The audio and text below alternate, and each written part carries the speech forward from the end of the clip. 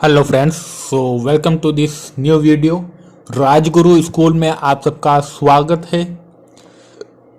सो आप सबको मैं ये बता देना चाहता हूँ कि राजगुरु स्कूल के इस न्यू वीडियो में आप सबका स्वागत है। और ये जो वीडियो होने वाला है बहुत ही खास वीडियो होने वाला है, क्योंकि माध्यमिक शिक्षा बोर्ड राजस्थान अजमेर की ओर से मॉडल क्वेश्चन पेपर आ चुका है 2025 का गणित का। तो इसका हम सॉल्यूशन पूरा करेंगे। 2025 में जो 10वीं क्लास के एग्जाम देने वाले हैं उन सब के लिए सबसे मोस्ट एंड इम्पोर्टेंट वीडियो ये होने वाला है। जिसने ये वीडियो मिस कर दिया समझ लो 10वीं में उसके 80 नंबर गए। 80 नंबर गए, यानी कि 80 नंबर का जो क्वेश्चन पेपर है, ये model question paper Rajasthan board की तरफ से, अजमेर की तरफ से ये मॉडल क्वेश्चन पेपर आया है। इसमें से मैंने लास्ट 4 ईयर के मॉडल क्वेश्चन पेपर और परीक्षा के एग्जाम के पेपर मैंने उठा के देख लिए थे, जिसमें 96% मैंने ये रेशियो ऐसे नहीं निकाला, पूरे सारे क्वेश्चन का मैंने देखा है। मॉडल क्वेश्चन पेपर और पेपर के अंदर मैंने मिलान किया है। 96% क्वेश्चन मॉडल क्वेश्चन पेपर से ही आते हैं। तो इसीलिए मैंने उठा लिया है ये 2025 का मॉडल क्वेश्चन पेपर। इसमें आपके 96% से ज़्यादा आपके क्वेश्चन आने वाले हैं एग्जाम में। सो ये आपको सोल्व करना बहुत ही ज़्यादा ज़रूरी है। सो आइए मेरे साथ में सोल्व कीजिए ये मॉडल क्वेश्चन पेपर। सो बिना टाइम वेस्ट के स्टार्ट करते हैं। पहला प्रश्न, बहुविकल्पिक प्रश्न 1 से लेके 16 प्रश्नों तक है। निम्न प्रश्नों के उत्तर का सही विकल्प चयन कर उत्तर पुस्तिका में लिखिए। यानी कि इसमें 1 से 16 क्वेश्चन तक ये बहुविकल्पिक यानी कि एबीसीडी वाला क्वेश्चन है जो कि आपको लिखना है। सिंपल है, ये ज़्यादा कुछ हार्ड नहीं है। इसमें सबसे पहले हम देखते हैं संख्याओं 6 और 20 का अभाज्य गुणनखंड विधि से एलसीएम है। एलसीएम क्या होगा इनमें से मैं पहले बता देता हूं कि ये होगा एलसीएम। अब ये कैसे होगा, 60 कैसे होगा, ये आपको कैसे निकालना है ये मैं बता देता हूं आपको। ये जो संख्या है 6 और 20, इसका अभाज्य गुणनखंड विधि से, कौन सी विधि से, अभाज्य गुणनखंड विधि से हम इसका एलसीएम निकालेंगे। ठीक है, हम इसका एलसीएम निकालते हैं। सो इसका एलसीएम है 6 और 20 का लघुत्तम समापवर्तक। एलसीएम का फुल फॉर्म होता है हिंदी में लघुत्तम समापवर्तक। ये निकालने के लिए हम दोनों संख्याओं के गुणनखंडों को देखना होगा। हमें इन दोनों संख्याओं के गुणनखंड, यानी कि गुणनखंड का मतलब क्या है इसमें गुणनखंड का मतलब है 6 को के जितने छोटे भाग किए जा सकते हैं उतने छोटे भाग करना है हमें। यानी कि 6 के छोटे भाग क्या होगा, 2 इंटू 3, केवल गुणा के फॉर्म में, प्लस के फॉर्म में बिल्कुल भी नहीं, केवल गुणा के फॉर्म में गुणनखंड करना है हमें। 6 इंटू 3 2 इंटू 3 यानी कि 6 को हम और किस फॉर्म में लिख सकते हैं, ये यहाँ पे आ गया 2 इंटू 3 यानी कि 6 आ गया। ठीक है, और 6 का आ गया 2 इंटू 3 और 20 का हम लेते हैं 2 इंटू 2 यानी कि 2 का भाग देंगे। यानी कि 20 में 2 का भाग दिया 10 आया, 10 में 2 का भाग दिया 5 आया, इंटू 5, 2 इंटू 2 इंटू 5 आएगा, 2 इंटू 2 इंटू 2 इंटू 5 आएगा। यानी कि ये 2 3 बार आएगा, 2 की पावर 2 है यहाँ पे। ये इसको बोलते हैं पावर। ये जो चिन्ह आता है ना, इसको बोलते हैं पावर। आप 10वीं क्लास के मैथ के स्टूडेंट हो तो आपको इसके बारे में तो जरूर जानकारी होगी। इस चिन्ह को बोलते हैं पावर, 2 की पावर 2 यहाँ पे। यानी कि 2 इंटू 2 इंटू 5, ये 2 बार आएगा। 2 की पावर 2 है, यानी कि 2 इंटू 2 यानी कि ये 2 बार आएगा। 2 इंटू 2 इंटू 5 ये हो गया 2 की पावर 2 इंटू 5। ठीक है, 20 का। अब एलसीएम निकालने के लिए हम सभी गुणनखंडों का उच्चतम घातांक लेंगे। यानी कि उच्चतम घातांक सभी गुणनखंडों का।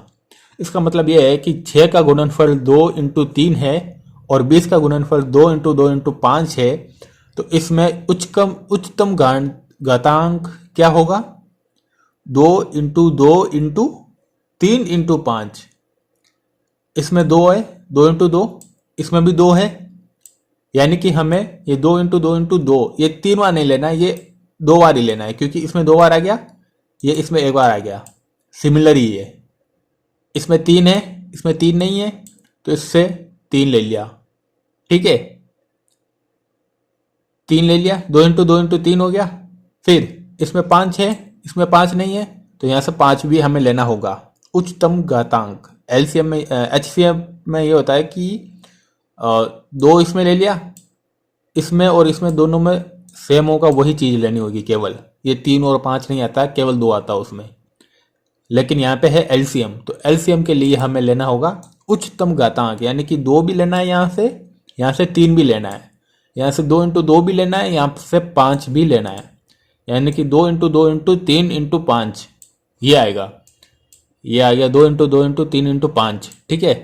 2 × 2 4, 2 की पावर 2 है यहाँ पे, ये इंटू नहीं है, यहाँ पे 2 की पावर 2 है, यानी कि 2 × 2 हो गया ये, इसका मतलब ये भी है।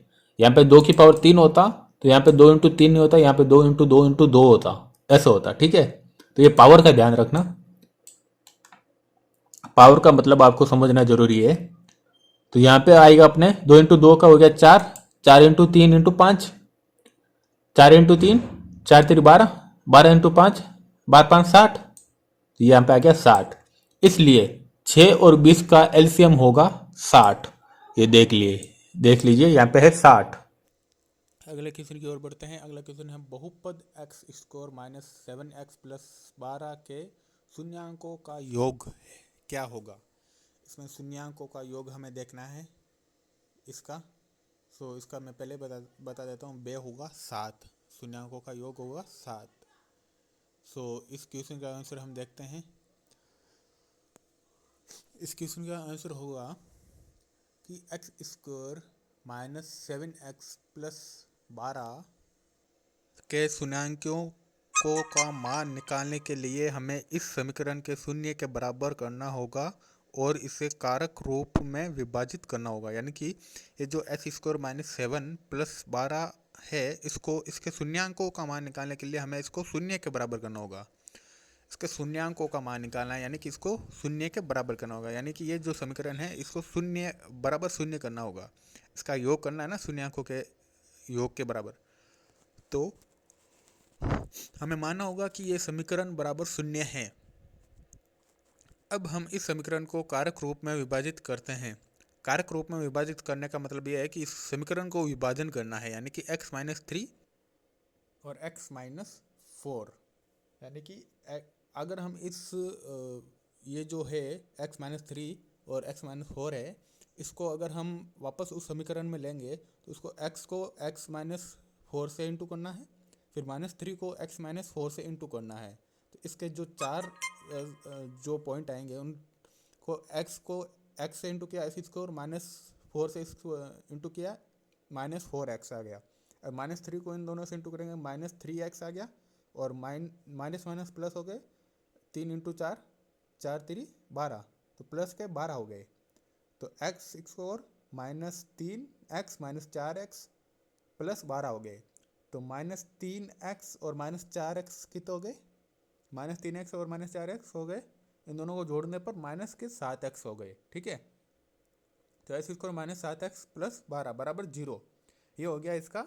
इस समीकरण को वापस उस समीकरण में लेने के लिए, यानी कि ये जो x-3 और x-4 है, इसका समीकरण हो गया वो। इससे हम इन दोनों मानों का पता लगाएंगे, तो इसमें x बराबर 3 और x बराबर 4, ये दो शून्यांक आ गए। इन दोनों शून्यांकों को जोड़ेंगे 3 और 4 को, तो आगे 7, यानी कि 3 और 4 ये दो शून्यांक मिले हैं हमें इस समीकरण से। 3 और 4 ये दो शून्यांक है, इन दोनों शून्यांकों को जोड़ेंगे तो 7 आ जाएंगे, ठीक है। तो ये हो गया 3 और 4 शून्यांकों का योग हो गया। शून्यांकों का योग पूछा ना, तो 3 और 4 ये दो शून्यांक मिले हैं, इन दोनों शून्यांकों का योग होगा 7। अगले क्वेश्चन की ओर बढ़ते हैं। तीसरा नंबर क्वेश्चन है समीकरण 3x प्लस 2y बराबर 7 में यदि समीकरण 3x प्लस 2y बराबर 7 में यदि x का मान इसका आंसर देखते हैं। यदि x का मान 5 हो तो y का मान क्या है? तो हमें y का मान निकालना है। ठीक है, y का मान निकालने के लिए समीकरण 3x प्लस 2y बराबर 7 में x का मान 5 रखने पर y का मान निकालने के लिए हम x बराबर 5 को समीकरण में रखेंगे। यानी कि ये जो समीकरण है हमारे पास, इस समीकरण में हमारे पास x का मान हमारे पास है। x और y दो चीज़ें हैं, इनमें x का मान है, तो x का मान हम x की जगह रख देंगे। तो 3 इंटू 5 हो जाएगा यहाँ पे 15। 3 इंटू एक्स है, तो x का मान हम x की जगह रख देंगे तो 5 हो जाएगा। 3 इंटू 5 हो जाएगा 15, तो प्लस का 2y, प्लस का 2y 2 की जगह रहेगा, तो यहाँ पे बराबर हो जाएगा 7।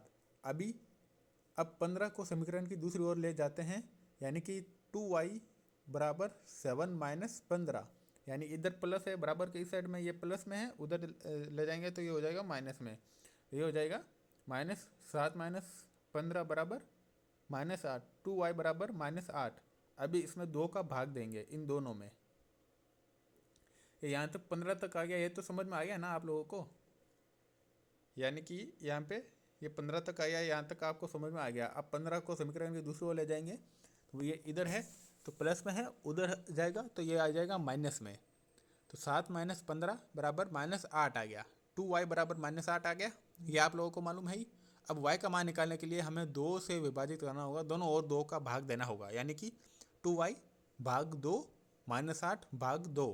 तो 2y में 2 का भाग दिया तो 2 से 2 कट गया, तो यहाँ पे बचा y, बराबर के इस साइड में बचा केवल y, और -8 में 2 का भाग दिया तो यहाँ पे बचा -4। तो y बराबर -4। यहाँ पे y का मान क्या आया है हमारे पास? x का मान हमारे पास पहले से ही था क्वेश्चन में, x का मान था 5 और y का मान यहाँ पे हमने निकाल लिया है। y का मान आ गया -4, तो यहाँ पे -4 हो जाएगा y का मान। अगला क्वेश्चन देखते हैं।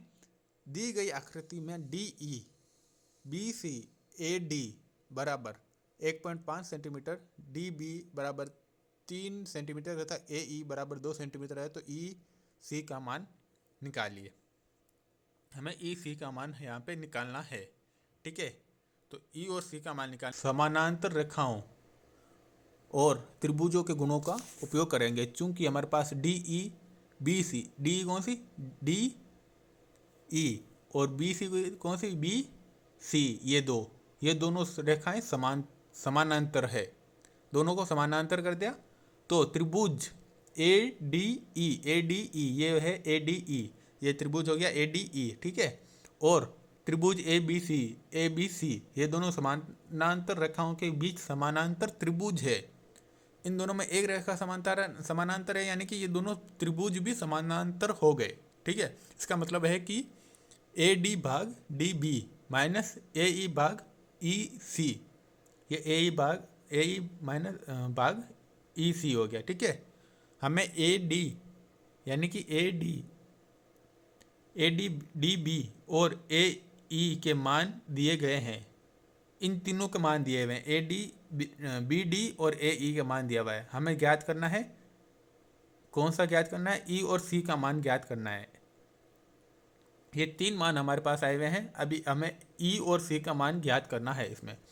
अब हम EC का मान निकालने के लिए उपरोक्त अनुपात का उपयोग करेंगे, यानी कि जिसका मान दिया हुआ है इस समीकरण में उन सब का मान हम रख देंगे। यहाँ पे हमें मान दिए हुए हैं, ये AD का मान दिया हुआ है, BD का दिया हुआ है, AE का दिया हुआ है, तो इन तीनों की जगह मान हम रख देंगे यहाँ पे। ठीक है, ऊपर ये समीकरण लिखा हुआ ना, ADB भाग DB माइनस AE भाग EC, तो इस समीकरण में हम इनके मान रख देंगे यहाँ पे। ठीक है, तो इस समीकरण में हमने इसके मान रख दिए हैं। अब हम इसको सोल्व करते हैं। 1.5 भाग 3 यहाँ पे हो जाएगा 1/2 माइनस 2/AE, तो यहाँ पे AE का मान आएगा 4 सेंटीमीटर। ठीक है, इसलिए AE का मान होगा 4 सेंटीमीटर। यहाँ पे बे जो है वो सही होगा, बे जो आंसर है वो सही होगा। यानी कि ई और सी का मान आएगा 4 सेंटीमीटर। ई और सी की दूरी है 4 सेंटीमीटर है ये, ठीक है। तो ये त्रिभुज की, इस त्रिभुज में ई और सी का मान भी हमें मिल गया है। अब हम ए बी और ए सी का मान भी यहाँ से निकाल सकते हैं, क्योंकि हमारे पास इस त्रिभुज के सारे मान मिल गए हैं। अगले क्वेश्चन की ओर बढ़ते हैं। अब बिंदुओं 2, 3 और 5, 6 के बीच की दूरी ज्ञात कीजिए। 2, 3 और 5, 6 ये जो बिंदु है, इसके बीच की दूरी हमें ज्ञात करनी है। इसके बीच की दूरी होगी 3:2। ये जो 3:2 है बे, ये इसकी दूरी होगी, ठीक है। हमारे पास इसका आंसर आ चुका है 3:2। ये पूरा क्वेश्चन है। ये इस क्वेश्चन का पूरा आंसर आपके सामने है। ये आपको खुद को ही सोल्व करना है, क्योंकि मैंने इसमें सारा क्वेश्चन बता दिया। 4 क्वेश्चन के मैंने आंसर बता दिए, 5 क्वेश्चन का ये आंसर आपके सामने लिखा हुआ है। ये आप खुद से सोल्व कीजिए। और बाकी के ये जो भी सारे क्वेश्चन हैं, ये सारे आप लोगों को यहाँ पे आपके सामने दिख रहे हैं। मैं इस वीडियो के डिस्क्रिप्शन में ये जो पीडीएफ है, इस पीडीएफ को शेयर करने वाला हूँ। अगर इस वीडियो में 5000 से ज़्यादा लाइक आ गए तो आप लोगों को, अगर ये वीडियो पसंद आया हो, अगर इस वीडियो में थोड़ी बहुत भी इन्फॉर्मेशन मिली हो, तो आप लोगों को क्या करना है, इस वीडियो को अपने सभी फ्रेंड, यानी कि आपके 10वीं क्लास में जितने भी फ्रेंड ग्रुप है, आपके जो भी खास फ्रेंड है, या जितने भी फ्रेंड ग्रुप है, जितने भी फ्रेंड के ग्रुप है 10वीं क्लास के, उन सभी फ्रेंड को ये वीडियो की लिंक सेंड करनी है, ठीक है। सभी लोगों को ये वीडियो पूरा देखना है और इस वीडियो को लाइक करना है, चैनल को सब्सक्राइब करना है। और सबसे महत्वपूर्ण बात, सबसे इम्पोर्टेंट बात यह है कि इस वीडियो में अगर आप लोगों को थोड़ा बहुत भी कन्फ्यूजन हुआ हो, तो वो आप लोग कमेंट में कमेंट करके ज़रूर पूछेंगे। मैं अगले वीडियो में इस पूरे पेपर का सॉल्यूशन लाने वाला हूं और आपके सभी कमेंट में पूछे गए सभी क्वेश्चन का आंसर भी इसमें देने वाला हूं, ठीक है। जिसने सबसे अच्छा कमेंट पूछा, उसके साथ 1-on-1 आके हम इस पूरे पेपर को सोल्व करवाने वाले हैं। इसका टारगेट है, वीडियो का टारगेट है 5,000 लाइक, 5000 लाइक, ठीक है। 500 ने 5000 लाइक, 5000 लाइक है। 5000 लाइक, जो भी वीडियो ये देख रहा है, पूरा वीडियो देखना है। 5000 लाइक का टारगेट इसमें कंप्लीट करना है और इस चैनल को सब्सक्राइब जरूर करना है। इस वीडियो में जो भी आपका क्वेश्चन हुआ हो, वो आपको पूछना है, ठीक है। और आपको इसी अगले वीडियो में, अगर ये टास्क कंप्लीट हो गया 5000 व्यू का, तो अगले वीडियो में आप लोगों को पिछले 5 साल के मॉडल क्वेश्चन पेपर और पिछले 5 साल के क्वेश्चन पेपर एक ही वीडियो में मैं आप लोगों को देने वाला हूँ, ठीक है। पिछले 5 साल के question paper plus model paper, ये 10 पेपर हो जाएंगे, आप लोगों को मिल जाएंगे। तो thank you for watching this video.